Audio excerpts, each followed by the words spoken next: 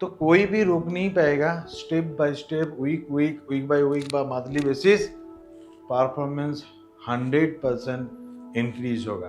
तो आज का जो टॉपिक है target versus achievement. Target versus achievement सुनने के लिए तो एकदम इजी है। टारगेट वर्सेस अचीवमेंट मतलब टारगेट हम लोग हमेशा लेता है, बट क्या होता है, फेल होता है। ठीक है, कभी कभी अचीव भी होता है। तो इसको जस्ट साइकोलॉजिकल रीजन में नहीं जा रहा है। Simple basic practice, basic habit को जाना चाहिए। ठीक है, तो पहले मान लो एक सिनेरियो देखा रहा। जब मान लो मान में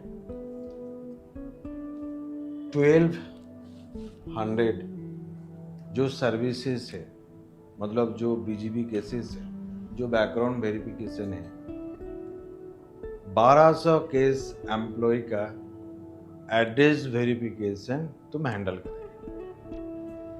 ये टारगेट है क्या? ये टारगेट है। मान में सुबह प्लान कर लिया, मोटिवेट हम लोग को हो गया, और एंड ऑफ द मंथ में नहीं होता है। तो इसलिए फास्ट जो काम करना है, कि बोले या ना बोले, फास्ट काम है। जो 4 वीक है, फास्ट फॉर्मूला है, जो 4 वीक है डिवाइडेड करना पड़ेगा। मैं इजी से समझाने के लिए देखो, मंथ में कितना सर्विस देना पड़ेगा? 1200 के इसका सर्विस देना पड़ेगा। तो ईच वीक, फर्स्ट वीक कितना होगा, सेकेंड वीक है 300, फोर्थ वीक है 300, ऐसा करके आएगा कि नहीं आएगा? ये सिंपल चीज, बट एक्सेल करने के लिए बहुत दिक्कत हो जाएगा। इसलिए मैं पहले शुरुआत में बोला था, हैबिट, गुड हैबिट ए करने के बाद तुम्हारा फर्स्ट फोकस लगेगा, फर्स्ट वीक में मेरे के 300 का सर्विस देना है। क्या? 300 केसेस का सर्विस देना है। अभी इसको तुम डे हिसाब से डिवाइडेड कर सकता है, मैं वीकली बात कर रहा है। सेकेंड वीक के मेरा के 300 केस करना, मतलब करना ही है। फोर्थ और भी स्पीड अप बढ़ जाएगा, सॉरी थर्ड का और भी स्पीड अप बढ़ेगा। जो भी मुझे के शॉर्टफॉल हुआ वो भी कंप्लीट करना है, थर्ड वीक को अंदर कंप्लीट करना है। और फाइनली जो फोर्थ वीक है मेरा कि ये 1200 केस के डन करना है। तो पहले इसको क्या करना है, पहले खुद का माइंडसेट बहुत ही माने क्या बोलूं, स्ट्रांगली और खुद के डेडिकेशन के साथ ये यदि फिक्स नहीं होगा, तुम कभी भी कोई भी बताएगा नहीं करेगा, नहीं होगा। तो फर्स्ट इज ये माइंड सेट करो, जो भी मंथ का तुम्हारा टारगेट है वीकली डिवाइडेड कर पाएगा। ठीक है। सेकेंड, अचीवमेंट मान लो, फर्स्ट वीक के 300 टारगेट था, 270 हो गया। रिव्यू करो जो क्यों मेरा 30 शॉर्टफॉल हो गया, मेरा कहाँ पे लैग था, क्या करने से मेरा वो 30 प्लस हो जाता। ये माइंडसेट बिल्ड कर पाएगा, हाँ कि ना? हो पाएगा, करेक्ट। उसको बाद देखो, नेक्स्ट तुम सोचा बोल के, रिव्यू किया बोल के, प्लान बनाए बोल के, तुम्हारा माइंडसेट पॉजिटिव था बोल के देखो, तुम्हारा 300 टारगेट था, 270 फर्स्ट वीक तुम कम कर लिया। रिव्यू किया, कितना हुआ? 219 हो गया। फिर भी 10 शॉर्टफॉल है, क्योंकि 300 करना था।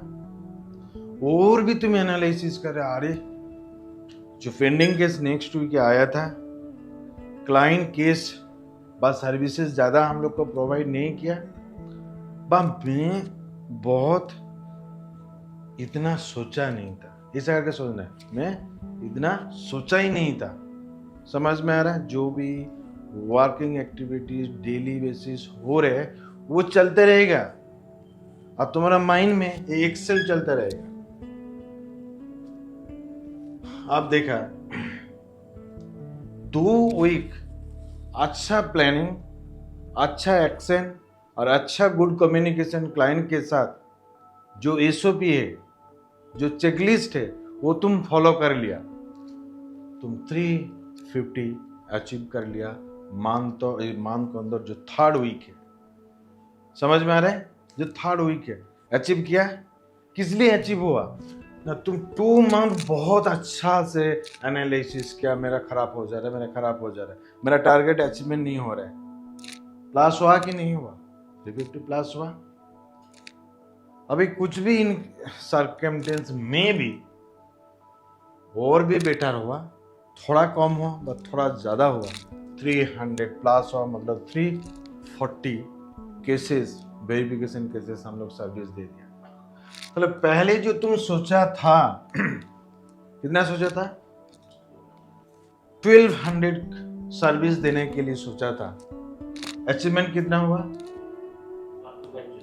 1250 अचीवमेंट हो गया। बात समझ रहे हो? तो हमेशा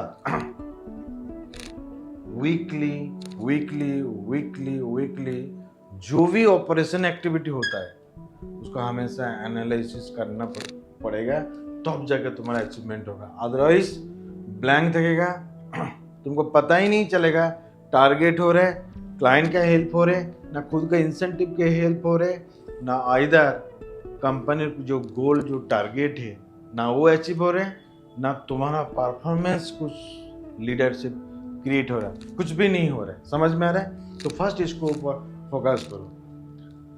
तो हमेशा ये पैरामीटर, ये एक्सेल शीट फॉलो करेगा। जो शॉर्टफॉल कितना हुआ, अचीव कितना हुआ। शॉर्टफॉल देखो रेड कलर में दिखा दिया, ग्रीन कलर में दिखा दिया जो तुम अचीव किया। फिर यहाँ पे क्या किया, यहाँ पे रेड दिखा दिया बट तुम्हारा अचीव हुआ। सब मिलेगा क्या होगा, ये एक्चुअली ग्रीन होना चाहिए। ठीक है, तो कितना हुआ? 50 सरप्लस हो गया। समझ में आ गया? क्लैरिटी आया? इसी हिसाब से देखो अभी ऑटोमेटिक एक्सेल भी अच्छा सीखना पड़ेगा। तुम्हारा ये जो टारगेट शीट एक टेबल के फॉर्मेट में तुमको एक ग्राफ दिखाएगा तुम्हारा ग्रोथ। इसको लिए कुछ करना नहीं, बाद में सिखा दूंगा, तुम लोग खुद सीख जाएगा। समझ में आ रहा है? तो ये भी तुमको इंस्पायर कर, अरे मेरा ग्राफ बहुत अच्छा जा रहा है, प्रोग्रेस चल रहा है। ठीक है, तो इसी हिसाब से क्या करना है, ये स्लाइड तुम लोग को पास चल जाएगा, इसको फॉलो करो और कुछ भी नहीं, सिंपल। और जो भी एक्टिविटी कर रहे हो उसके ऊपर काम करो। ठीक है, देखो यहाँ पे ओवरऑल ये भी जानना पड़ेगा, किसी भी सर्विस देगा जी मेरा जो टारगेट है ओवरऑल परसेंटेज कितना परसेंटेज अचीव हुआ, ना डाउन हुआ। ठीक है, स्टेटस क्या हुआ, टारगेट मेरा अचीव हो गया, टोटल वीक कितना 4 मिला था। समझ में आ रहा है?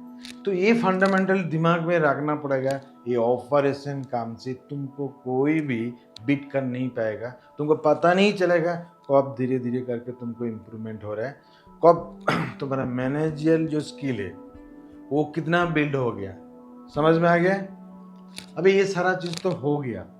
सेकेंड स्लाइड है, देखना पड़ेगा मैं तो अचीव कर लिया, जैसे चलो मैं इतना आज शाम को डिलीवरी दे दिया, मेरा इतना हो गया, मेरा मान में इतना हो गया। उसको रिपोर्ट क्वालिटी क्या है, कितना बिलिंग हो रहा है, उसके अंदर क्वालिटी क्या है वो भी जानना पड़ेगा। समझ में पा रहा है? वो ध्यान रखना पड़ेगा। कैसे?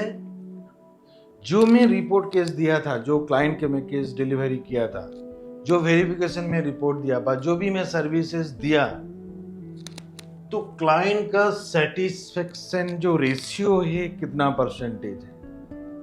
अब बात समझ में आ रहा है? ये बहुत बड़ा इंपॉर्टेंट है तुम्हारा अचीवमेंट के जो साइड है। कैसे? समझ लो, हमेशा पैरामीटर सेट करेगा कितना, जे 10 नंबर, कितना नंबर? 10 नंबर। 10 के अंदर मुझे के कितना नंबर मिल रहा है? मतलब रिजल्ट कोड, जो स्कोर है आउट ऑफ 10 के अंदर, जो अगेन मैं रिपीट कर रहा, जो क्लाइंट का जो सेटिस्फेक्शन रेशियो है